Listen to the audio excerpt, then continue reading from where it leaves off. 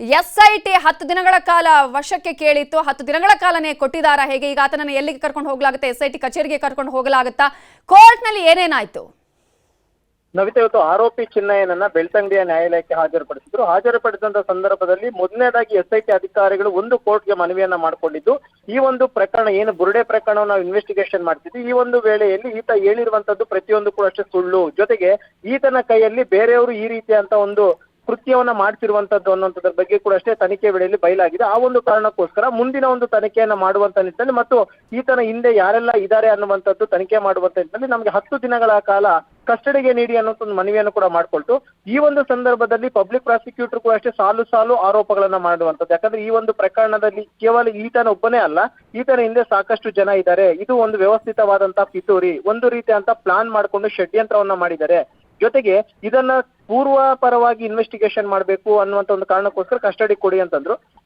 ಈ ವಾದ ಎಲ್ಲ ಕೇಳಿದಂತ ಬಳಿಕ ನ್ಯಾಯಾಧೀಶರು ಆರೋಪಿ ಚಿನ್ನಯ್ಯನಿಗೂ ಕೂಡ ಅಷ್ಟೇ ಮಾತನಾಡೋದಕ್ಕೆ ಅವಕಾಶವನ್ನ ಮಾಡ್ಕೊಡ್ತಾರೆ. ನೀನು ಏನಾದ್ರೂ ಹೇಳುವಂತದ್ದು ಇದೆಯಾ ಅಂತಂದಾಗ ಆತನ ಹೇಳ್ತಾನೆ, ಹೌದು ನಾನು ಶವಗಳನ್ನ ಹೂತಾಕಿರುವಂತದ್ದು ನಿಜ ಅನ್ನುವಂತ ಒಂದು ಮಾತನ್ನ ಆರಂಭಿಸುವಂತ ಜೊತೆಗೆ ಒಂದಷ್ಟು ಸ್ವಇಚ್ಛಾ ಹೇಳಿಕೆಗಳನ್ನು ಕೂಡ ಕೊಟ್ಟಿದ್ದಾನೆ. ಯಾಕಂದ್ರೆ ಈ ಹಿಂದೆ ಕೂಡ ಆತ 164 ಸ್ಟೇಟ್ಮೆಂಟ್ ಅನ್ನ ಕೊಟ್ಟಿದ್ದ ಬುರುಡೆ ತಂದಂತ ಸಂದರ್ಭದಲ್ಲಿ.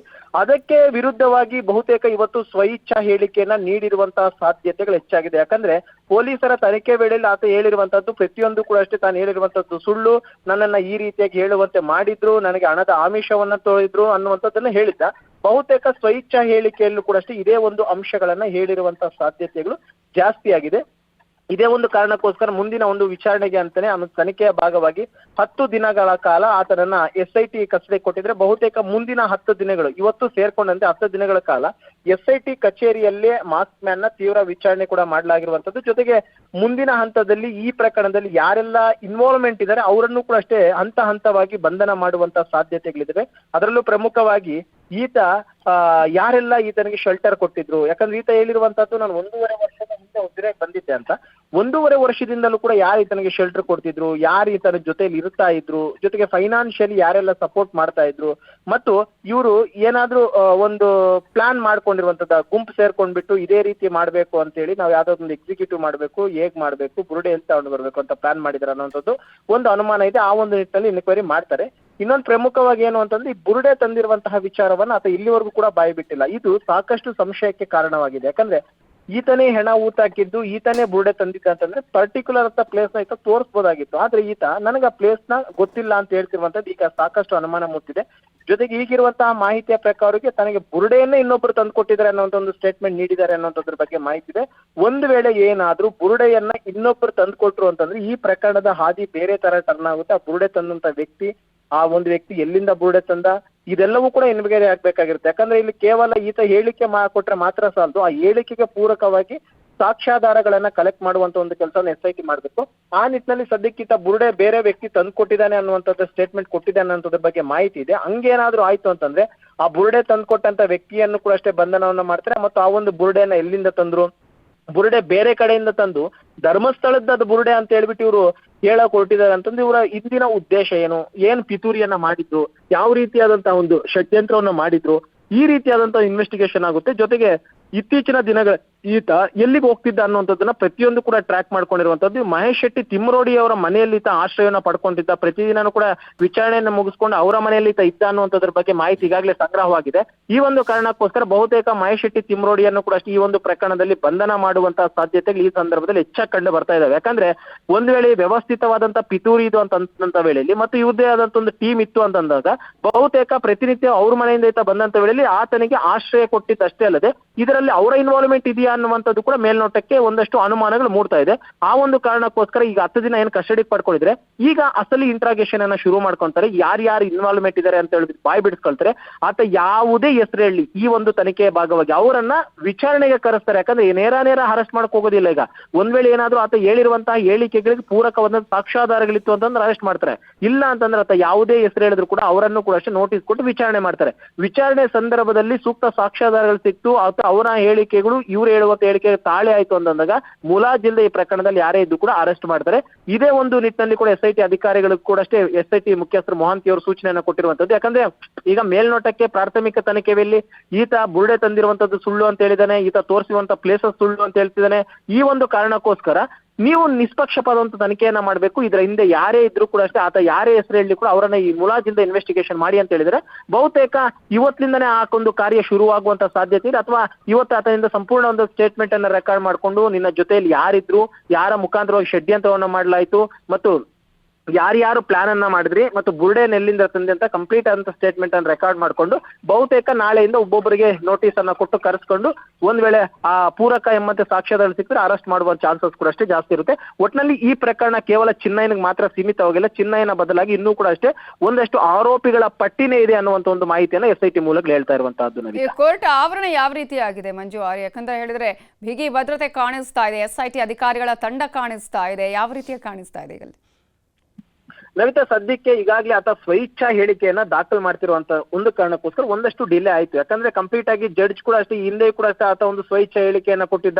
ಆ ಟೈಮ್ನಲ್ಲಿ ಕೂಡ 2-2.5 ಗಂಟೆಗಳ ಕಾಲ ತಗೊಂಡಿತ್ತು. ಆದ್ರೆ ಇವತ್ತು ಕೂಡ ಅಷ್ಟೇ ಆತನಿಗೆ ನಾನು ಒಂದಷ್ಟು ಹೇಳಿಕೆಗಳನ್ನ ಕೊಡಬೇಕು ಅನ್ನುವಂಥದ್ದು ಮುಂದೆ ಬಂದಿರುವಂತ ಕಾರಣಕ್ಕೋಸ್ಕರ ಆತನ ಹೇಳಿಕೆಗಳನ್ನ ಕೂಡ ದಾಖಲು ಮಾಡ್ಕೊತಿದ್ದಾರೆ. ಇನ್ನೇನು SIT ಅಧಿಕಾರಿ ಕೆಳಗಡೆ ಕಾಯ್ತಿರುವಂತದ್ದು. ಯಾಕಂದ್ರೆ ಯಾವುದೇ ಒಬ್ಬ ಆರೋಪಿ ಸ್ವಇಚ್ಛಾ ಹೇಳಿಕೆ ನೀಡುವಂತ ಸಂದರ್ಭದಲ್ಲಿ ಯಾರನ್ನೂ ಕೂಡ ಅಷ್ಟೇ ಅಲ್ಲಿ ಇರಿಸೋದಿಲ್ಲ. ಬದಲಾಗಿ ಕೇವಲ ಜಡ್ಜ್ನ ಮುಂದೆ ಮಾತ್ರ ಆತ ಹೇಳಿಕೆಯನ್ನ ದಾಖಲು ಮಾಡ್ತಾನೆ. ಆ ನಿಟ್ಟಿನಲ್ಲಿ ಸದ್ಯಕ್ಕೆ SIT ಅಧಿಕಾರಿಗಳು ಎಲ್ಲರೂ ಕೂಡ ಕೆಳಗಡೆ ಬಂದಿದ್ದಾರೆ. ಇನ್ನೇನು ಕೆಲವೇ ಕ್ಷಣದಲ್ಲಿ ಅದೆಲ್ಲ ಪ್ರೊಸೀಜರ್ ಮುಗಿದಾದ ಬಳಿಕ ಆತ ನೇರವಾಗಿ SITಯ ಕಸ್ಟಡಿಗೆ ಬರ್ತಾನೆ. ಯಾಕಂದ್ರೆ ಇಷ್ಟು ದಿನ ಇನ್ವೆಸ್ಟಿಗೇಷನ್ ಒಂಥರ ಇತ್ತು. ಬೆಳಿಗ್ಗೆ 10 ಬರ್ತಾ ಇದ್ದ, ಸಂಜೆ 5:30-6 ಗಂಟೆಗೆ ತಮ್ಮ ವಕೀಲರ ಜೊತೆ ವಾಪಸ್ ಹೋಗ್ತಾ ಇದ್ದ. ಆದ್ರೆ ಇನ್ನೇ ಮುಂದೆ ಇನ್ವೆಸ್ಟಿಗೇಷನ್ ಹಂಗಿರಲ್ಲ.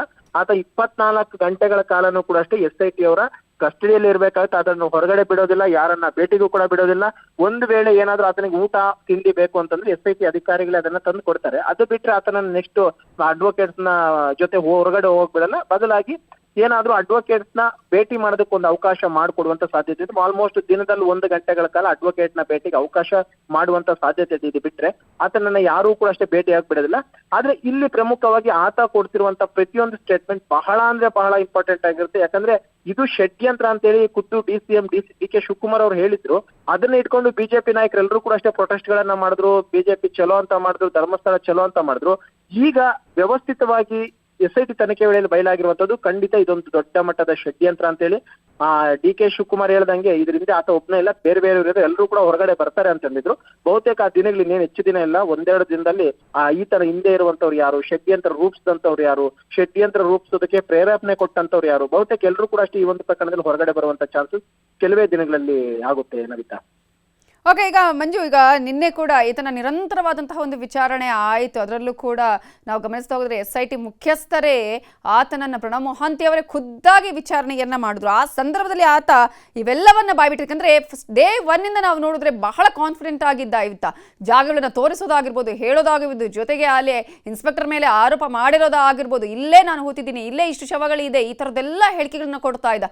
ಅಷ್ಟರ ಮಟ್ಟಿಗೆ ಕಾನ್ಫಿಡೆಂಟ್ ಇದ್ದವನು ಒಂದೇ ಸಲಕ್ಕೆ ಈ ಎಲ್ಲ ತನಿಖೆಗಳಾಗುವಾಗ ಅಥವಾ ವಿಚಾರಣೆ ಆಗುವಂತಹ ಸಂದರ್ಭದಲ್ಲಿ ಹೇಗೆ ಈ ಷಡ್ಯಂತ್ರವನ್ನ ಸತ್ಯವನ್ನ ಬಾಯ್ಬಿಟ್ಟ ಅನ್ನೋದು ಒಂದಾದ್ರೆ, ನಿನ್ನೆ ಸಾಕ್ಷ್ಯ ಸಂರಕ್ಷಣಾ ಕಾಯ್ದೆಯಡಿ ಆತನನ್ನ ಯಾವ ರೀತಿಯಾಗಿ ಅಂದ್ರೆ ಬಂಧಿಸುವಂತಹ ಪ್ರಕ್ರಿಯೆಗಳನ್ನು ಪೊಲೀಸರು ಮಾಡ್ಕೊಂಡಿದ್ರು, ಅಧಿಕಾರಿಗಳು ಮಾಡ್ಕೊಂಡಿದ್ರು?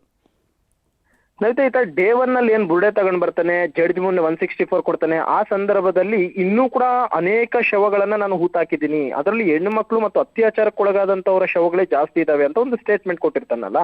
ಆ ಸ್ಟೇಟ್ಮೆಂಟ್ ಕೊಟ್ಟಿದ್ದಂತ ಕಾರಣಕ್ಕೋಸ್ಕರ ಈತನಿಗೆ ವಿಟ್ನೆಸ್ ಪ್ರೊಟೆಕ್ಷನ್ ಆಕ್ಟ್ ಅಲ್ಲಿ ಭದ್ರತೆಯನ್ನ ಕೊಡುವಂತೆ ಖುದ್ದಾಗಿ ನ್ಯಾಯಾಲಯನೇ ಹೇಳಿತ್ತು. ಆದ್ರೆ ಅದನ್ನ ಇನ್ವೆಸ್ಟಿಗೇಷನ್ ಮಾಡ್ತಾ ಬರ್ತಾರೆ. ಜೊತೆಗೆ ಆತ ತೋರಿಸುವಂತ ಪ್ಲೇಸ್ ನಲ್ಲಿ ಎಲ್ಲವೂ ಕೂಡ ಅಗಿಯೋಕ್ ಶುರು ಮಾಡ್ತಾರೆ. 1-2 17 ಪ್ಲೇಸ್ ಆತ ತೋರಿಸುವಂತದ್ದು. ಅದು 17 ಪ್ಲೇಸ್ ನಲ್ಲೂ ಕೂಡ ನಾನು ಶವಗಳನ್ನು ಊತಾಕಿದ್ದೀನಿ ಅಂತಾನೆ. ಆದ್ರೆ ಏನೇ ಕುರುಹುಳು ಸಿಗೋದಿಲ್ಲ. ಅದರಲ್ಲೂ 13ನೇ ಸ್ಪಾಟ್ ಅಲ್ಲಂತೂ ನಿಜಕ್ಕೂ ಕೂಡ ಆಶ್ಚರ್ಯ. ಯಾಕಂದ್ರೆ ಸುಮಾರು 30-40 ಅಡಿವರೆಗೂ ಮಣ್ಣು ತೆಗಿತಾರೆ ಅಂದ್ರೆ ನಿಜಕ್ಕೂ ಎಲ್ಲರಿಗೂ ಆಶ್ಚರ್ಯ. ಅದು ಅಷ್ಟು ಡೀಪ್ ಅಲ್ಲಿ ನಾವು ಹೆಣನ ಊಳಕ್ ಸಾಧ್ಯನಾ? ಅದು ಓರ್ವ ವ್ಯಕ್ತಿ ತಗೊಂಡೋಗ್ಬಿಟ್ಟು 30 ಅಡಿ ಮಣ್ಣು ತೆಗಿಯುವಂತದ್ದು, ಮಣ್ಣು ಎತ್ತಾಕಂತದ್ದು ನಿಜಕ್ಕೂ ಕೂಡ ಆಶ್ಚರ್ಯಕ್ಕೊಳಗಾಗಿದ್ರು. ಆದ್ರೆ SIT ಅಧಿಕಾರಿ ಆತ ಏನೇ ಹೇಳಿ ಆತನ ಹೇಳಿದಂತ ಹೇಳಿಕೆಗೆ ತಕ್ಕಂತೆ ಇನ್ವೆಸ್ಟಿಗೇಷನ್ ಮಾಡ್ಕೊಂಡೇ ಬರ್ತಾ ಇದ್ರು. ಒಂದ್ ವೇಳೆ ಏನಾದ್ರೂ ಸಿಗುತ್ತಾ ಅಂತೇಳಿ ತುಂಬಾ ದಿನ ಕಾದ್ರು, ಏನು ಕೂಡ ಸಿಕ್ಕಲ್ಲ. ಲಾಸ್ಟ್ ಗೆ GPR ಯಂತ್ರನ ತಗೊಂಡ್ ಬರ್ತಾರೆ. ಸ್ಪಾಟ್ ನಂಬರ್ 13 ಅದರಿಂದನೂ ಪರಿಶೀಲನೆ ಮಾಡ್ತಾರೆ. 40 ಅಡಿ ಮಣ್ಣು ತೆಗಿತಾರೆ. ಸಾಮೂಹಿಕವಾಗಿ 8-10 ಶವಗಳನ್ನ ಊತಾಕಿದ್ದೀನಿ ಅಂತ ಹೇಳ್ತಾನೆ, ಏನು ಕೂಡ ಸಿಗೋದಿಲ್ಲ. ಅವಾಗ ಒಂದು ಅನುಮಾನ ಶುರುವಾಗುತ್ತೆ. ಅಂದ್ರೆ ಈತ ಹೇಳ್ತಾ ಇರುವಂತದ್ದೆಲ್ಲೋ ಸತ್ಯಕ್ಕೆ ದೂರವಾದಂತ ಮಾತು ಅಂತ. ಅವಾಗ ಈ ಬುರುಡೆ ಬಗ್ಗೆ ಇನ್ವೆಸ್ಟಿಗೇಷನ್ ಕೂಡ ಇನ್ನೊಂದು ಟೀಮ್ ಮಾಡ್ತಾ ಇರುತ್ತೆ. ಆದ್ರೆ ಬುರುಡೆ ತಂದಿರೋದನ್ನ FSL ಕಳಿಸ್ತಾರೆ, FSL ರಿಪೋರ್ಟ್ ಬರುತ್ತೆ. ಆ ಬುರುಡೆಯಲ್ಲಿ ಇದು ಮಹಿಳೆಯ ಬುರುಡೆನೇ ಅಲ್ಲ, ಇದು ಬದಲಾಗಿ 30 ವರ್ಷಗಳ ಹಳೆಯ ಪುರುಷನ ಬುರುಡೆ ಅಂತ ಬರುತ್ತೆ. ಅವಾಗ ಅವ್ರಿಗೊಂದು ಕ್ಲಿಯರ್ ಕಟ್ ಆಗಿ SIT ಗೊತ್ತಾಗುತ್ತೆ, ಇಲ್ಲ ಈತ ದೊಡ್ಡ ಮಟ್ಟದ ಪ್ಲಾನಿಂಗ್ ಏನೋ ಮಾಡ್ಕೊಂಡು ಬಂದಿದ್ದಾನೆ, ಈತ ಹೇಳ್ತಿರುವಂತದ್ದು ಪ್ರತಿಯೊಂದು ಕೂಡ ಸುಳ್ಳು ಅಂತೇಳಿ. ಅದಕ್ಕೆ ಇವ್ರೇನ್ ಮಾಡ್ತಾರೆ ಡಿಗ್ಗಿಂಗ್ ಕೆಲಸನ ಅಲ್ಲಿಗೆ ಕ್ಲೋಸ್ ಮಾಡ್ಕೊಂತಾರೆ, ಇಲ್ಲಿ ಮೇಲೆ ಅಗಿಯುವಂಥದ್ದು ಬೇಡ ಅಂತೇಳಿ. ಅವಾಗ ಕ್ಲೋಸ್ ಮಾಡ್ತಾರೆ. ಇದನ್ನ ಪ್ರತಿದಿನನೂ ಎನ್ಕ್ವೈರಿ ಮಾಡಕ್ ಶುರು ಮಾಡ್ತಾರೆ. ಯಾವ ರೀತಿಯಾಗಿ ಅಂದ್ರೆ 3-4 ದಿನಗಳ ಕಾಲ ಬೆಳಿಗ್ಗೆ 10:30 ಬಂದಂತ 6 ಗಂಟೆವರೆಗೂ ಕೂಡ ಅಷ್ಟೇ ಕ್ರಾಸ್ ಕ್ವಶನ್ಸ್ ಕೇಳ್ತಾರೆ.